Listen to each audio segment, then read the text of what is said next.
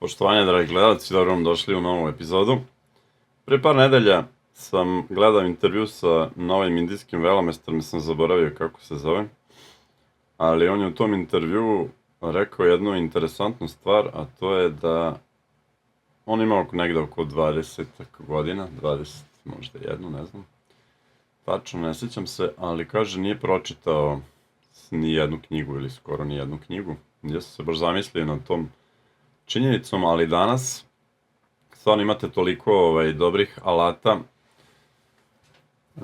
na internetu svuda da je to zaista moguće. Malo sam razmišljao o tome i zaista mislim da je to moguće danas postati i velemajstor šahovske igre bez da ste pročitali i jednu knjigu, pošto možete stvarno iskoristiti puno toga dobrog na internetu. Kako to da uradite? Evo, ja bih vam još u ovoj jednoj epizodi malo to pojasnio.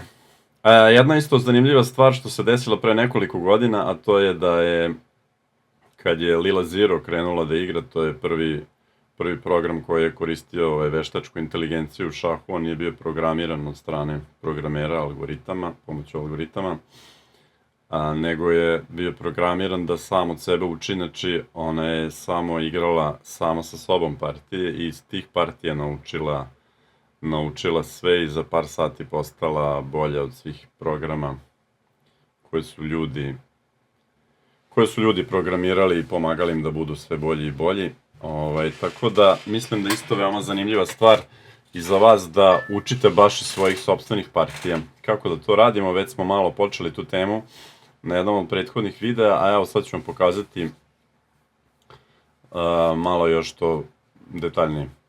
Ovo je jedna moja partija, nije sa ovoga naloga Novosadski pacer, nijednog drugog, ali sad to nije bitno, evo igrana je ova partija, sam igrao belima, igrana je francuska odbrana, evo uključio sam ovde u Lee Chessu i sad malo da proanaliziramo tu partiju. Znači igrana je ova varijanta takozvana Mek Ečona, kad on na lovac G5 igra lovac B4 i praktično igra nekim kontranapadom. Ja sam znao varijantu do ovog momenta. Evo, do ovog momenta mislim da sam znao varijantu. I on je sad odigrao potez CD4. Nisam bio siguran baš kako tačno dalje ide varijanta, ali mislim da... Evo, posle sam ovde video da je engineer rekao, znači najbolji potez je da uzme ovog pešaka. I sada kad mi uzemo ovog pešaka da gurne D4. Znači isto tako ako vas zanima ovde kako izgleda drvo otvaranja, znači ovde imate da kliknete ovu opciju i on će vam pokazati kako izgleda drvo. Možete izabrati ovu Masters bazu gde su uglavnom partije boljih igrača ili Lee Chess bazu koja ima mnogo više partije gde se apsorbuju sve partije koje su igrane i igraju se na Lee Chessu. One se updateuju ne znam koliko često, ali tu imate zaista mnogo više partija. One su nešto slabije kvaliteta i statistika je slabije kvaliteta, ali opet imate mnogo više partije, a one isto nešto pokazuju. Znači, ako vas ovde zanima kako ide teorija, možete ovde da kliknete na neku bazu i da vidite, znači ovde u ovoj poziciji najčešće, evo u bazi majstorskoj, svi su jeli na C3, znači to je vjerojatno najbolji potez, sad možete tu vidjeti kako tačno to treba da se igra. Međutim, evo u ovoj partiji koju smo mi igrali sa nekim protivnikom, kojim uzgled budi rečeno ima rating 570 na sajtu Lee Chess, znači nije tako loš igrač, igrao je uzeo na D4, ja sam uzeo lovcem i on je igrao skakač C6 i sada kompjuter kaže da sam ovde napravio grešku sa lovac E4. Lovac E4 meni izgledalo jako logično da mu osvojim ovog jednog pešaka, da mu uzmem tog konja. Međutim, kompjuter kaže da sam trebao da se razvijem u ovom momentu. Znači da razvijem svoje figure, a ne da jedem tog pešaka i tek kasnije da ga uzem. Recimo ako igram potez lovac D7, zašto igra lovac D7? On želi posle uzimanja na E4 da jednom kasnije, pre ili kasnije dovede ovog lovca na ovu dijagonalu, zato igra lovac D7 potencijalno. Međutim, evo vidimo, aha, ovo je ideja. Ovo je ideja kompjutera, znači kompjuter igra da okruži ovog skakača i on sad ne želi da ga pojede lovcem, već sad pretim da odigram F3. Tako da je ovaj skakač ugrožen. Znači pretnja F3 i skakač nema nijednog polja, ne može ići ni na C3, C5, D6, F6, G5, sva polja su zauzeta.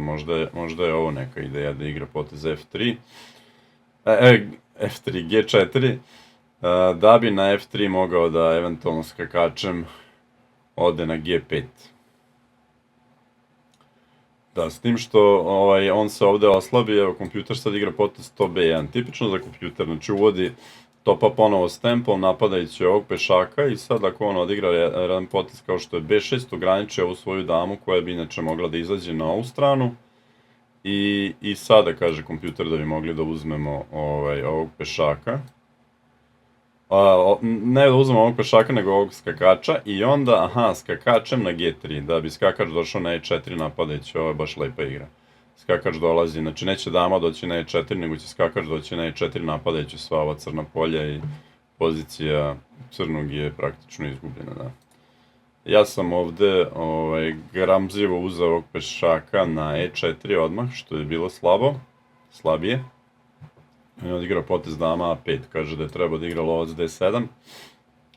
Opet razvijajući se i sa idejom nekad da stavi nekako recimo skakač A5 uz lovac C6, znači lovca na ovu jako lepu dijagonalu, znači to je ideja koju on treba da koristi. Međutim, igrao je dama A5 sa napadom meni na C3 i na D4 i sad sam ja napravio praktično, evo vidite ovde jedinu ozbiljniju grešku, mislim nije još blunder, ali mistake. Stavio sam skakača na E2. Koliko sam ovde potrošio vremena je, mislim, znači posle dama A4 imao sam 2.29, 3 sekunde sam ovde razmišljao, ne baš mnogo. Izgledalo mi je malo sigurnije da ovim skakačem dođem ovde i odbranim polja C3 i D4.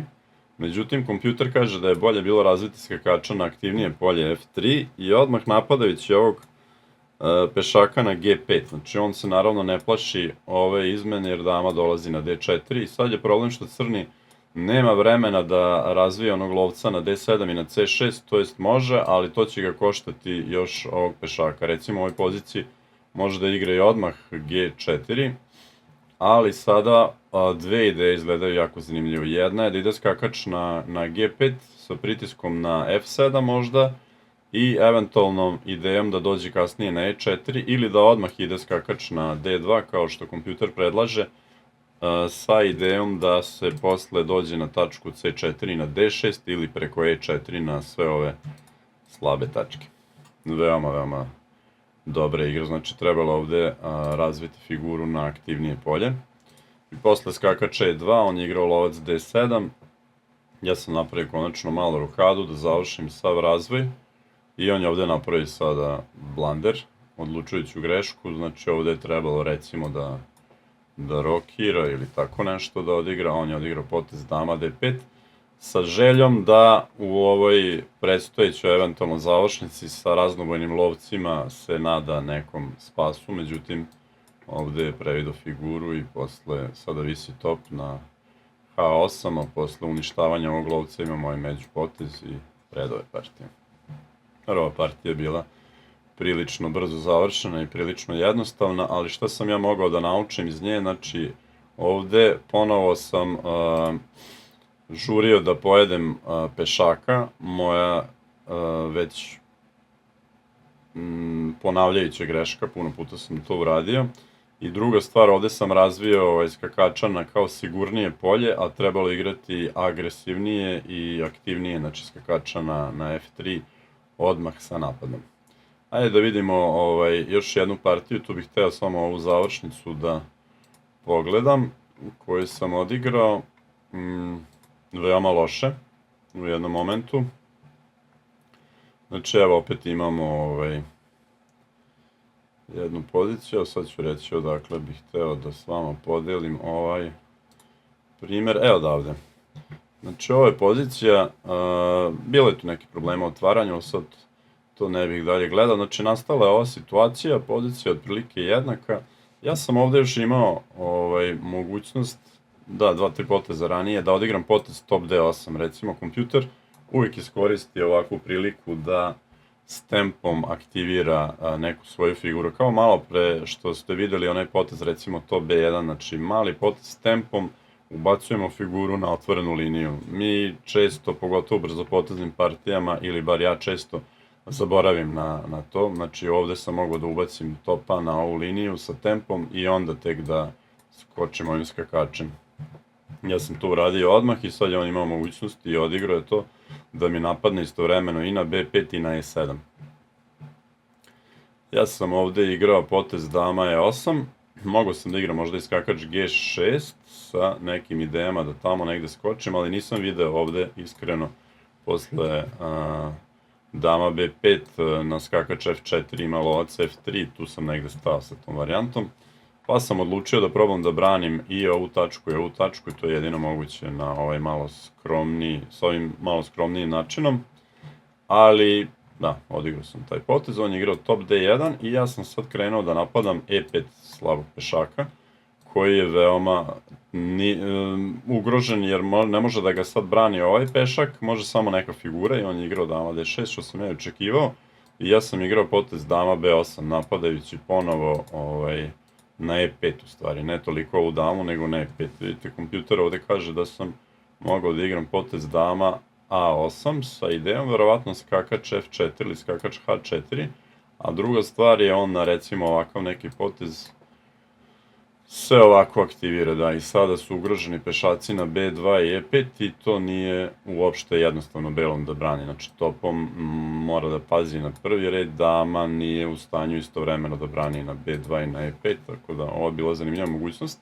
Međutim, ja sam nešto drugo hteo ovde da podelim s vama, recimo ovu završnicu, sad osvojio pešaka, on je odigrao F4, međutim on ima D liniju, ima aktivne figure, ovaj moj skakač sad malo luta po tabli, ja sam odigrao skakač G6, moja ideja je bila da nekako premotam tog skakača prema D5 ili F5, kompjuter kaže da sam trebao s ove strane da igram skakačem, znači skakač C6 i recimo na takav neki potez, aha, sve je sličnom idejom, da, skakač E7 i skakač je došao na dobro polje. Dobro, ja sam to igrao sa ove strane. S tim što da, u čemu je razlika, zašto kompjuter preferira, da tako kažemo, potez skakač C6, a ne skakač G6, znači posle skakač C6, ako ne bi igrao top D6, kao što smo malo pre videli, nego neki drugi potez, recimo ako bi počeo da približava kralja centru, sada ja mogu da dođem ovde i eventualno kasnije postoji mogućnost možda da ovaj skakač još ode i na polje, recimo A5 sam mislio, ali izgleda to nije ideja da opet igra skakač E7. Baš i ne razumem zašto je skakač C6 toliko bolje nego skakač... Aha, na skakač G6 on je imao ovu mogućnost, u tome je caka. Znači, mogao je da mi podrije ovu pešačku masu moju na daminom krilu i da aktivira ovog lovca. Ako bih uzeo ovog pešaka, on bi igrao top B1 i vrlo brzo bi istrebio ove moje pešake na... Mislim, uzet će prvo ovog pešaka na B3, a posle njega bit će ugrožen ovaj pešak koji je na belom polju. Ne vredi me recimo ovako da probam da se oslobodim, jer posle ovoga ovaj pešak mi je vezan i ne mogu uzeti na C3. Da, zbog toga je kompjuter stavio da je bolji potez skakač C6, jer sada recimo na potez B3 to više ne radi, jer skakač mnogo bliže ovde na daminom krilu da odbrani recimo potezom. Na to B1 ima potez skakač A5 i ovaj pešak ne bi pao, tako da ova mogućnost od B3 bi potpuno otpala, a ove mogućnosti sa prebacivanjem skakača preko E7 na F5 i D5 i dalje stoje. Znači s ovim potezom skakač C6 praktično bi ubio njegovu glavnu kontra igru, a to je ovaj potez B3 koji ja nisam ni vidio za vreme partije. Posle skakač G6, top D6, ja sam približio kralja, što je dosta dobro, lovac F3, međutim nisam u partiji našao dobar način, konj je 7, kralj F2, ovo je sve bilo dobro, i ovde nisam našao dobar način kako da aktiviram figure. Naime, video sam da je sad možda i vreme da nekako aktiviram topa, ali ako bih krenuo da guram i ovog pešaka, recimo B4, brinulo me što je sad moj kralj malo u matu, znači ako bi top otišao s 8. reda, on bi imao top D8. I zato kompjuter ovde nalazi opet način kako da se ti problemi reše. Znači on igra potez H6 sa idejom G5. Zašto G5? Znači posle G5 uništit ćemo malo, okrnit ćemo ovu njegovu pešačku masu na kraljevom krilu, malo mu taj prostor koji je kontrolisao F4 pešak smanjiti, ali ujedno ćemo napraviti i luft za kralja na G7, a ako on odigra potez H4, sada imam potez skakač F5, slično kao što sam ja igrao u partiji, samo evo vidjet ćete razliku.